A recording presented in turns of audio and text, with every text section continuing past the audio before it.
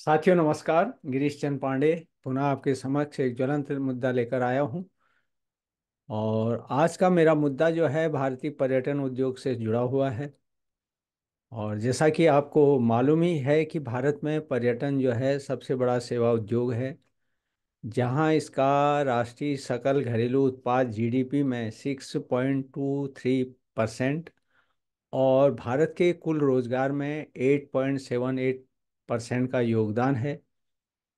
इस प्रकार अर्थव्यवस्था में पर्यटन की महत्वपूर्ण भूमिका किसी से छिपी नहीं है।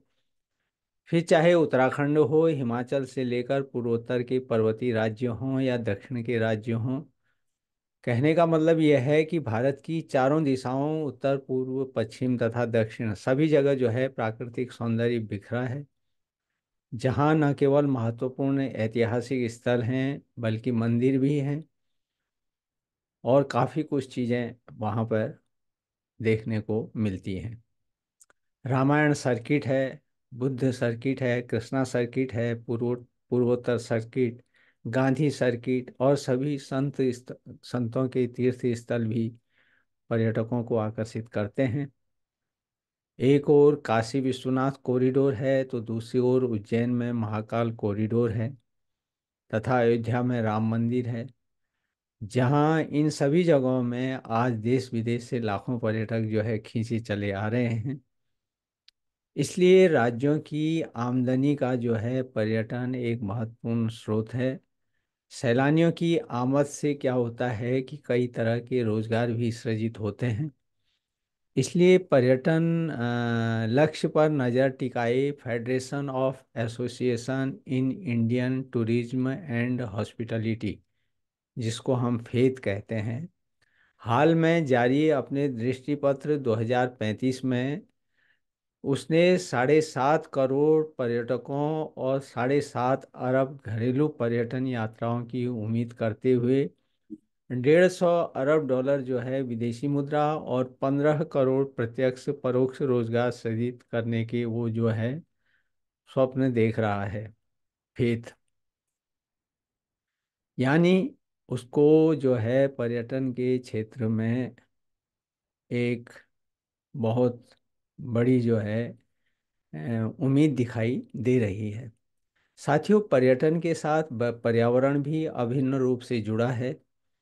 लेकिन यह दुख की बात है कि पर्यटन की कीमत पर आज पर्यावरण की अनदेखी की जा रही है और कुकुरमुत्तों की तरह बेतरतीब जो हैं उगाए होटल और स्टे होम की मानो बाढ़ सी आ गई है। आवासीय भवनों, राजमार्गों और ढाबों का जो है बेतहाशा निर्माण भी पर्यटन स्थलों का कुछ कम विध्वंस नहीं कर रहा है। यानी इन सभी का प्रतिकूल प्रभाव जो है पर्यटन पर पड़ रहा है। और पर्यटकों की तादाद बढ़ने के साथ जो है घटिया और कमज़ोर संरचना वाले होटलों और लॉज जो हैं उनका एक प्रकार से जाल बिछ गया है। और इन्हें बनाने में निर्माण और पर्यावरण मानकों का पालन नहीं किया जाता है। अगर हम यह कहें तो इसमें कोई गलत नहीं होगा। साथियों, किसी भी पर्यटन स्थल की एक सीमा तक ही पर्यटकों को अपने में समायोजित करने की क्षमता होती है। और जब पर्यटकों की संख्या इस क्षमता से अधिक होती है तो स्वाभाविक है कि उसका बोझ जो है उस पर्यटक स्थल पर पड़ता है। और उसमें जो है पर्यावरण है और वहाँ के जो स्थानीय जनता है, स्थानीय जो लोग हैं उन पर भी पड़ता है और उनकी सुख शांति सुविधा और मूलभूत आवश्यकताओं पर भी एक प्रकार से खलल पड़ता है। इसी बीच साथियों, एक वैज्ञानिक चेतावनी भी आई है कि लाहौल स्पीति में वाहनों के ब्लैक कार्बन से क्या हो रहा है, सदियों पुराने ग्लेशियर तेजी से पिघल रहे हैं। यानी वहाँ लाहौल स्पीति में जो वाहनों की अंधाधुंध जो है वाहनों का जो आगमन है उसकी वजह से यह समस्या पैदा हो रही है। और यही नहीं, पर्यटन वाले इलाकों में जो है दिन रात यातायात है, अनियोजित शहरीकरण है, कई रिसोर्ट जो हैं कहीं कहीं तंबू के बहाने काट दिए गए लाखों वृक्ष हैं और नौकायन के साथ झीलों में तैरते कचरे का पहाड़ है, बोतलें हैं, प्लास्टिक के अपशिष्ट हैं। और उसी में बीड़ी सिगरेट की अगर एक चिंगारी पड़ जाए तो धधकते जंगलों की विनाश लीला से समूचा जो है वहाँ का वन्य जीवन भी थरथरा उठता है। और आज भारत ही क्या, दुनिया भी जलवायु आपातकाल से गुजर रही है। और सुनने में तो यह भी आ रहा है कि अब तो अंतरिक्ष पर्यटन भी पर्यावरण के लिए खतरा बन रहा है, क्योंकि वहाँ भी जो है कार्बन उत्सर्जन जो है एक प्रकार से कहर बरपा रहा है। एक ब्रिटिश शोध संस्थान का कहना है कि पर्यटन दबावों के चलते जलवायु परिवर्तन से 40% तेल गैस भंडार और 600 अरब बैरल तेल जो है उससे दुनिया अपनी पहुंच खो सकती है। यानी इतना नुकसान जो है जलवायु परिवर्तन से होगा। 40% तेल गैस भंडार हैं, 600 अरब बैरल तेल जो है। साथियों, अमेरिका के खाड़ी तट पर कच्चे तेल की सबसे बड़ी रिफाइनरी जो है भीषण ठंड में बंद हो जाती है। और यह जलवायु परिवर्तन का ही इसको हम एक दुष्प्रभाव कह सकते हैं। IPCC, inter governmental governmental panel on climate change की रिपोर्ट जो है बताती है कि पर्यटन समृद्धि के लिए भारी प्राकृतिक दोहन, जलवायु आपदा आदि के कारण जो है खाद्य सुरक्षा के खतरे गहराते जा रहे हैं।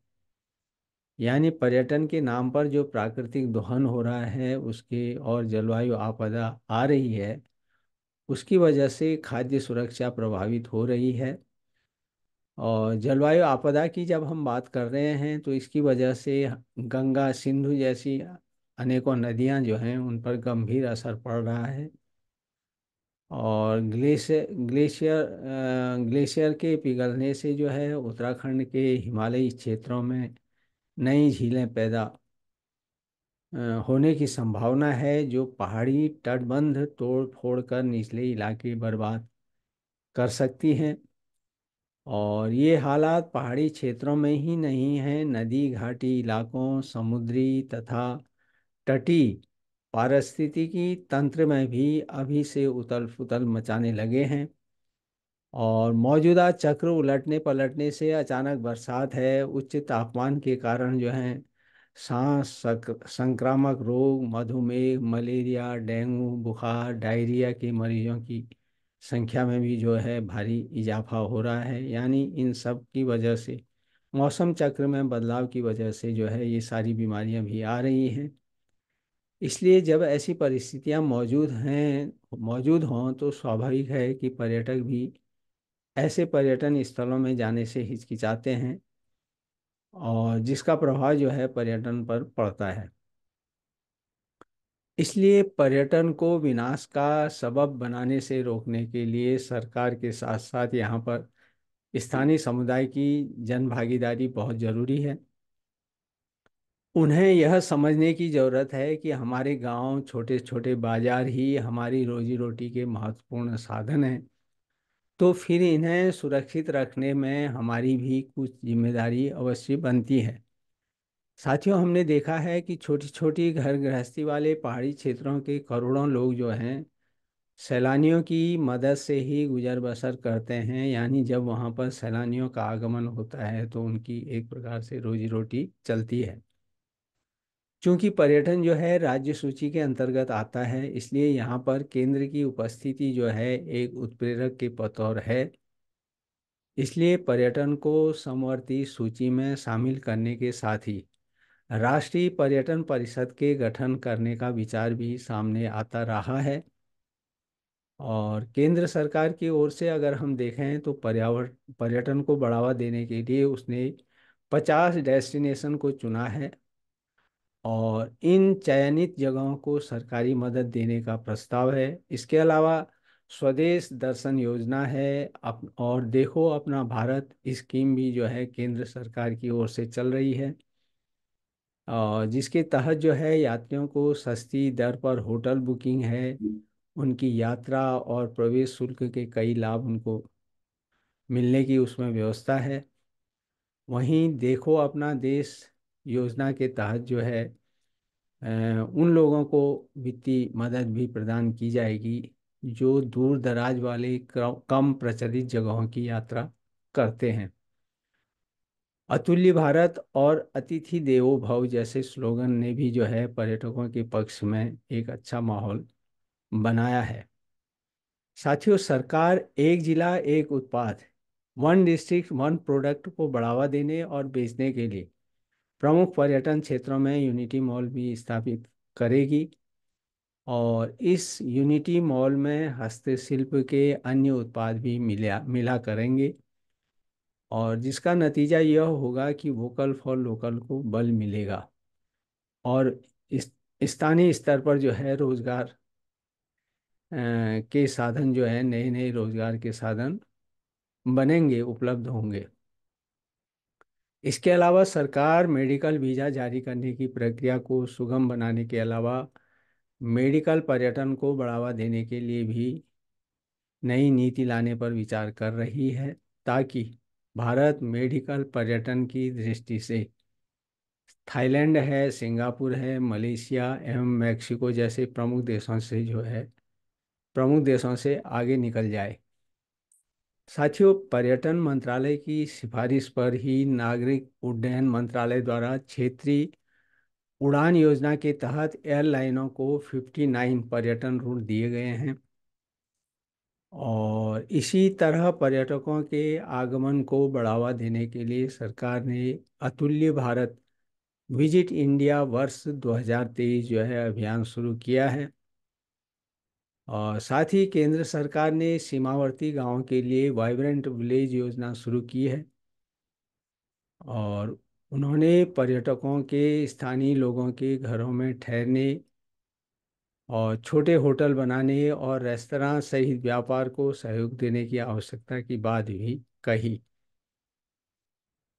यहाँ गौर करने योग्य है कि भारत सरकार के कुल कर संग्रह में अगर हम ट्रैवल हॉस्पिटैलिटी को देखें तो उसका करीब 10% का योगदान है। और यह भी उल्लेखनीय है कि आज पर्यटन जो है विदेशी मुद्रा लाने वाला भारत का तीसरा सबसे बड़ा क्षेत्र बन चुका है। और अकेले यही क्षेत्र को अगर हम देखें तो 4 करोड़ से ज़्यादा लोगों को यह नौकरियां प्रदान करता है। और पिछले कुछ वर्षों में हमने देखा कि देश की अर्थव्यवस्था में पर्यटन क्षेत्र का योगदान 240 अरब डॉलर तक पहुंच गया था। और इसे और गति देने के लिए भारत को वैश्विक पर्यटन में अपनी मौजूदा हिस्सेदारी को 1.24% से बढ़ाकर 5% जो है करना जरूरी है। इसके अतिरिक्त भारतीय पर्यटन को की ओर जो है वैश्विक घरेलू पर्यटन प्रवाह तेज करने तथा देश में पर्यटन यात्रा है, होटल रेस्तरां उद्यमियों के संपत्तियों के सृजन के लिए घरेलू यात्रा, बैठकों, सम्मेलनों, प्रदर्शनियों के लिए यात्रा ऋण जैसी परियोजनाओं के लिए एकल मंजूरी है। और पर्यटकों की आवाजाही के लिए सुचारू राष्ट्रीय परिवहन प्रणाली है। ऐसे उपाय करना भी जरूरी है। साथ ही नागरिक सुविधाएं हैं, डिजिटल संपर्क है, स्वच्छता और बेहतर अवसंरचना पर्यटन को बढ़ावा देने में सहायक होंगे। यानी नागरिक सुविधाएं हैं, डिजिटल संपर्क, स्वच्छता और बेहतर जो है इंफ्रास्ट्रक्चर यदि हो तो इससे भी पर्यटन को गति मिलेगी। तो साथियों, यही आज का मेरा ज्वलंत मुद्दा था जो मैंने आपके समक्ष बांटा। और जो भी आप अपनी टिप्पणी देना चाहें अवश्य दें, पसंद नापसंद दोनों का मैं स्वागत करता हूं। और जैसा कि मैं बराबर कहते आया हूं कि बाज़ार में मेरी कुछ पुस्तकें उपलब्ध हैं और डिस्क्रिप्शन के साथ मैं उन पुस्तकों का लिंक दे रहा हूं। यदि आप उनका अध्ययन करना चाहें तो मुझे विश्वास है कि अवश्य आप उनके अध्ययन से लाभान्वित होंगे। तो इन्हीं शब्दों के साथ मिलता हूँ आपसे फिर किसी नए ज्वलंत मुद्दे पर अतिशीघ्र। तब तक आप सुखी रहिए, स्वस्थ रहिए, प्रसन्नचित्त रहिए, लेकिन मेरे आने वाले ज्वलंत मुद्दे का अवश्य बेसब्री से इंतजार कीजिए। तो पुनः एक बार नमस्कार।